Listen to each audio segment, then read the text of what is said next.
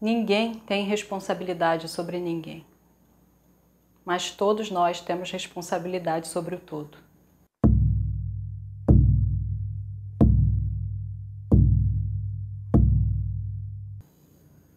Desde minha fuga, era calando minha revolta, tinha contundência o meu silêncio, tinha textura minha raiva. Que eu, a cada passo, me distanciava lá da fazenda. E se acaso distraído eu perguntasse: para onde estamos indo? Não importava que eu, erguendo os olhos, alcançasse paisagens muito novas, quem sabe menos ásperas. Não importava que eu, caminhando, me conduzisse para regiões cada vez mais afastadas, pois haveria de ouvir claramente de meus anseios um juízo rígido. Era um cascalho, um osso rigoroso, desprovido de qualquer dúvida. Estamos indo sempre para casa. Esse trecho é do livro Lavoura Arcaica, uma fala do personagem André. André, que era o filho rebelde, que não se sentia pertencente às tradições da família, e via duas opções de lidar com esse sufocamento. Uma era brigando com o pai, o que era muito difícil para André, porque o pai era a voz da autoridade. A outra opção era fugindo de casa, e é o que André faz. Até o momento em que o seu irmão Pedro, o primogênito, decide buscá-lo. Sai da fazenda, onde toda a família vivia praticamente isolada do resto da sociedade, apenas convivendo com eles mesmos e com o restante da família que ia para os festejos. Pedro sai em busca de André e o convence a voltar. André se abre para o irmão, que não entende direito qual é a dor daquele irmão mais novo. E, de alguma forma, inconscientemente, o que Pedro buscava era esse ponto de fissura que André representa na tradição. É a traição. Para trazer aqui duas expressões e uma dicotomia utilizada no livro Alma e Moral, de Newton Bonder, que é um livro fantástico, fantástico, sobre a natureza humana. Tradição e traição convivem e precisam uma da outra. Então, de alguma forma, quando Pedro sai em busca de André, ele está buscando esse ponto de equilíbrio dentro de casa. A casa se tornaria sufocante para todos os demais se só a tradição do pai estivesse ali, sem o contraponto. Mas o que ninguém estava vendo é que o contraponto não era André. Eu, pelo menos, vejo dessa forma. Porque existe uma personagem no livro que não fala absolutamente nada, nenhuma palavra, que é a Ana. Enquanto André é verborrágico e ele volta para casa e decide brigar com o pai, mostrar para o pai que a loucura dele era maior que a loucura do pai, que ele haveria de ter a sua própria medicina, os seus próprios remédios, como ele diz, uma ciência própria dele mesmo. André, como ele fala no livro, queria ser o profeta da própria história. Mas André era uma criança ferida, era um ego machucado, que só queria ser amado pelo pai. E por isso ele confronta o pai, ele esperneia, ele grita para chamar a atenção. Ele foge de casa para chamar a atenção desse pai. E o pai não compreende o porquê de tanto sofrimento desse filho, que não se encaixava ali naquela tradição. E nesse embate, nesse conflito, ninguém percebe a Ana. E a Ana não faz a menor questão de ser percebida. A Ana simplesmente vive do jeito que ela acha que ela deve viver. ela não precisa afirmar a verdade dela negando a verdade do outro. Ela simplesmente vive, ela simplesmente é. No entanto, a Ana tem um fim trágico, porque a tradição não compreende essa liberdade. A tradição muito enraizada é cega para a diferença. É melhor a rebeldia de André,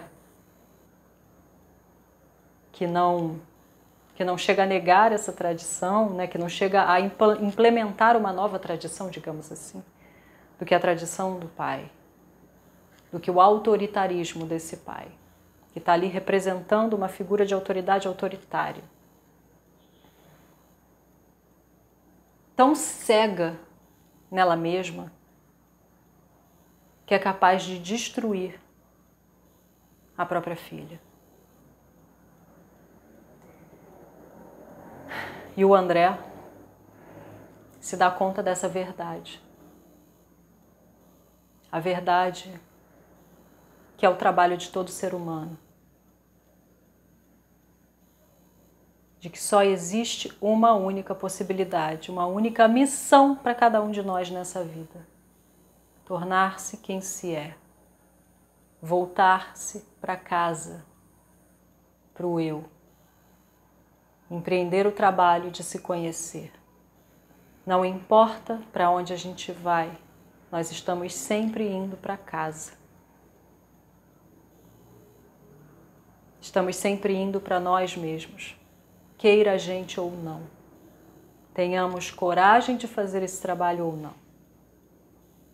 Mas se a gente não tem coragem de fazer esse trabalho, a vida que existe sob leis misteriosas que a gente desconhece, muitas vezes, vai sempre nos trazer situações para que a gente olhe para a gente mesma.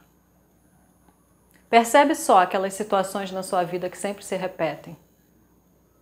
Às vezes você acha que a sua solução está em terminar um relacionamento e você começa outro e é a mesma coisa. Às vezes é mudar de trabalho, mudar de emprego. Aí você acha que você está livre e quando você chega lá, tudo de novo. As mesmas situações. O eterno retorno. Tudo acontecendo como se nada tivesse mudado. Claro, porque você não mudou. E como você vai ousar desejar que o mundo mude se você não mudou? Se você não se transformou? Se você não empreendeu o trabalho de se conhecer, de conhecer o eu, de entender que você está sempre voltando para casa, não importa o quão distante você vá. E por que eu quero trazer essa reflexão? Aparentemente de novo, né? Porque no vídeo passado eu falei justamente sobre isso. Tenha coragem de ser quem você é. Né? Trazendo o mito, a falácia de que ter boas relações é evitar o conflito, né? E não desagradar. Esse trabalho de ser quem você é, eu quero chamar atenção de novo para ele. E aí trazendo essa história, esse livro fantástico, que é a Lavoura Arcaica, porque eu não quero ser leviana. O que eu quero dizer é que é um trabalho ser quem a gente é. É um trabalho colocar a nossa verdade no mundo. Não é simples, não é uma coisa que você vai conquistar fazendo uma visualização de 21 dias que te promete transformar a sua vida. Não, não é. Não é um atalho. Os atalhos têm custos muito altos. Eles são curtos caminhos longos, trazendo aí novamente a Alma Imoral de Newton Bonder, que eu recomendo imensamente. É um dos livros mais incríveis que eu já li. E eu já li umas 5 vezes. E vou deixar a recomendação aqui na descrição, para quem quiser conhecer mais. Existe uma parábola no livro dos curtos caminhos longos e os longos caminhos curtos. Os curtos caminhos longos são os atalhos sedutores, que o tempo todo vão seduzir a gente. Nesse caminho, então, do eu, do autoconhecimento, do autoestudo, existem milhares de atalhos, todos prometendo transformações fast. Fast transformation. É a fast mudança. Como se de uma hora para outra você fosse, de repente, se tornar uma pessoa melhor. Agora eu amo todo mundo, era de aquário. Mas o preço que a gente paga por esses atalhos é muito alto. E existem os longos caminhos curtos, que são aqueles caminhos de passo a passo, trabalhosos, porque eles dão trabalho, e que a gente conquista algo muito profundo e muito verdadeiro para a gente. Essa coisa que socialmente, historicamente, a gente chama liberdade. Liberdade é um conceito muito complexo e eu vou voltar nesse conceito com um vídeo específico sobre ele. Por hora vamos guardar na caixinha essa palavra.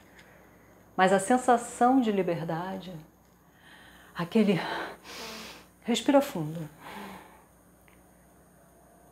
É uma sensação do mergulhador que sai do fundo do mar, aquele mergulhador de apneia, e eu já fui mergulhadora de apneia. Gosto dessa metáfora.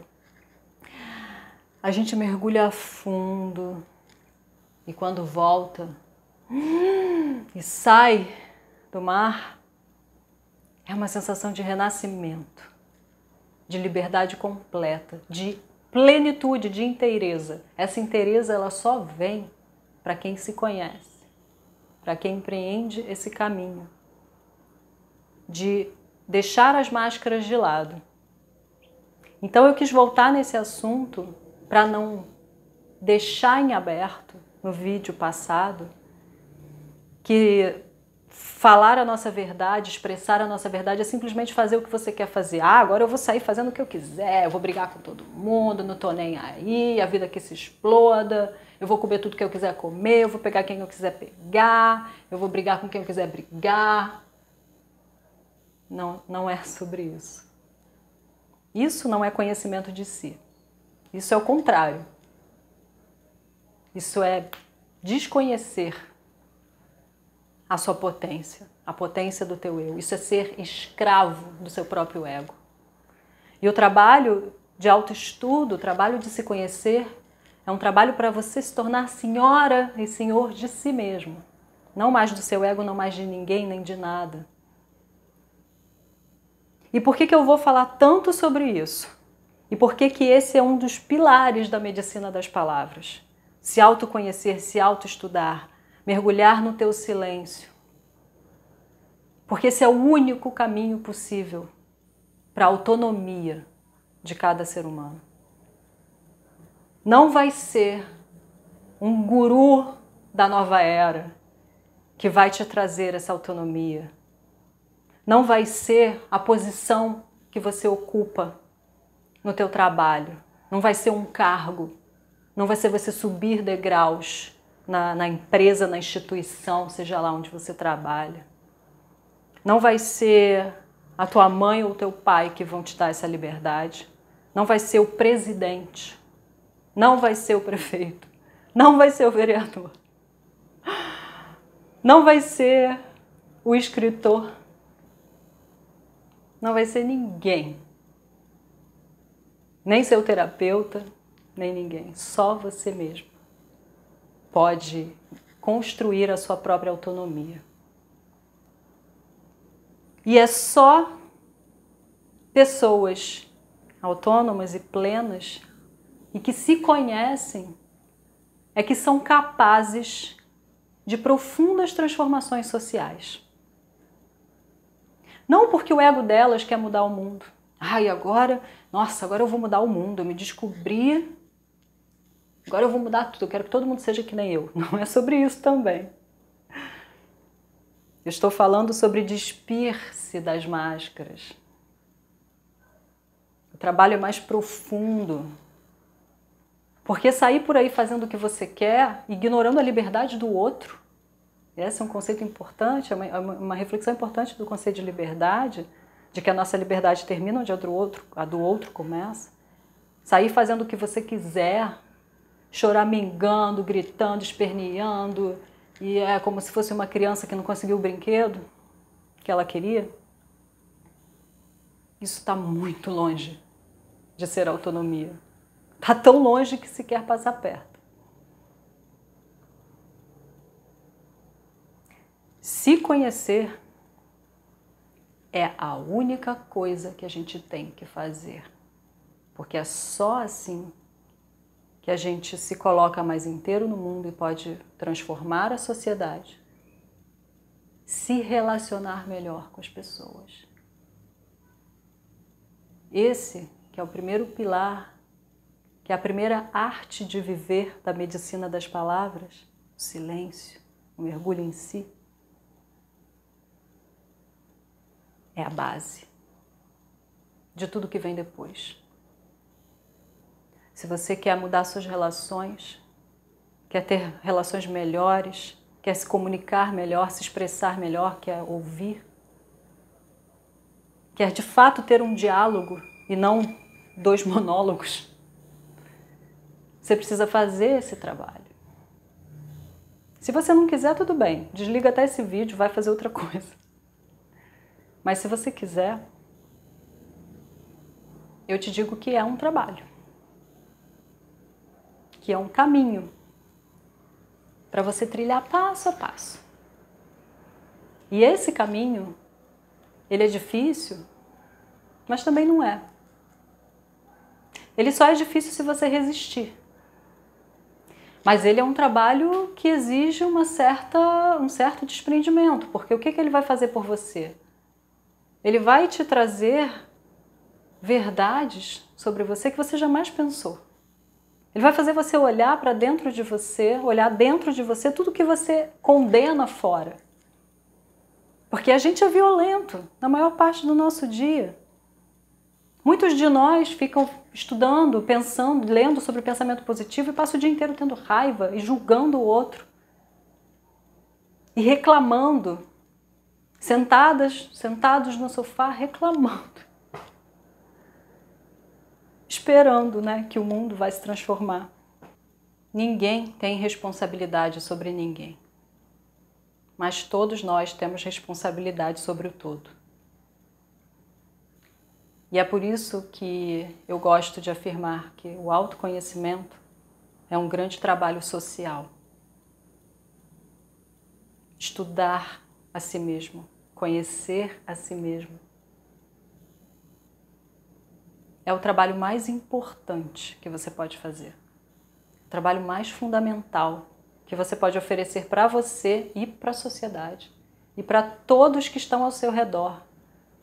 Para os seus colegas de trabalho, para os seus amigos, para a pessoa que você ama, para a sua família. O trabalho que a gente faz nesse caminho é um trabalho de desconstrução da identidade. Por isso que ele assusta tanto, porque a gente pode descobrir nele que muita coisa que a gente acredita é só muleta. E a gente não vai querer largar as nossas muletas. Aquela posição que você tem, aquela opinião, aquela verdade sobre você que te coloca bem dentro de um grupo, que te deixa confortável dentro dos grupos onde você atua. Aquela máscara, nossa, eu gosto tanto de usar aquela máscara me faz tão bem, eu sou aceito com aquela máscara. Só que quando você começa esse trabalho de olhar para você, tudo isso vai caindo. E você começa a se ver muito próximo de tudo que você critica e julga. É um trabalho maravilhoso, maravilhoso de desfragmentação. Aí depois que passa esse momento inicial, a autonomia que vem, a leveza que vem, independente do que você está vivendo fora, e até o fora se transforma porque você mudou, né? Você começa a ver tudo de outra maneira. O que vem disso é uma potência, uma força, que tudo começa a ser diferente na nossa vida. É mudar a maneira de enxergar. Esse trabalho de se autoconhecer de se autoestudar, ele te leva para esse lugar de verdade, de sinceridade. Era sobre isso que eu comecei a falar no vídeo passado. Onde a sua expressão e até a tua escuta, ela tem consistência. Ela não é mais uma esquizofrenia, onde você diz uma coisa e vive outra, que é o que a gente faz a maior parte da vida e a maior parte do tempo.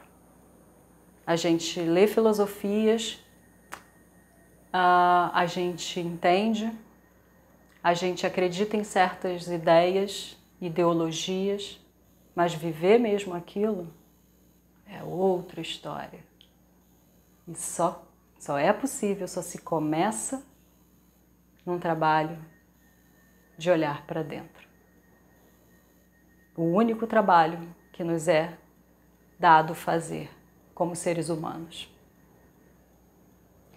E por isso eu vou terminar com uma ode de Ricardo Reis, que eu acho que ilustra muito bem isso que eu quis trazer para a gente hoje. Ricardo Reis, que é também um dos heterônimos de Fernando Pessoa. Eu vou trazer provavelmente sempre muito Fernando Pessoa aqui, porque é um dos poetas que eu mais li e o que mais me toca, né, e mais me influenciou na vida. Então vai ser meio comum. Tem umas recorrências aqui que vocês vão ver, vocês vão ficar familiarizados com essas recorrências, e Fernando Pessoa é uma delas. Então eu termino com essa ode de Ricardo Reis, esse nosso vídeo. Cada um cumpre o destino que lhe cumpre e deseja o destino que deseja. Nem cumpre o que deseja, nem deseja o que cumpre. Como as pedras na orla dos canteiros, o fado nos dispõe, e ali ficamos. Que a sorte nos fez postos onde houvemos de sê-los. Não tenhamos melhor conhecimento do que nos coube que o de que nos coube. Cumpramos o que somos, nada mais nos é dado. Torna-te quem tu és, é a proposta do filósofo Nietzsche, essa frase que ele se apropria e coloca na filosofia dele. Eu vou falar um pouco mais sobre isso. Eu acho que esse assunto nunca vai se esgotar aqui. A gente vai ter sempre um passinho a mais para dar. Então eu volto com essa discussão. Se você gostou, deixa o seu like. Se não gostou, deixa o seu dislike, interage. Vamos interagir, vamos nos relacionar, não vamos ser apáticos à vida. Se achar que tem alguém que vai gostar do vídeo, que vai se interessar pelo conteúdo, compartilha. Se ainda não está inscrita nem inscrito, já sabe, aqui embaixo tem um botãozinho inscreva-se e ativa aquele famoso sininho para receber as notificações. Na semana que vem eu estou de volta. Até mais, muito grata pela sua atenção.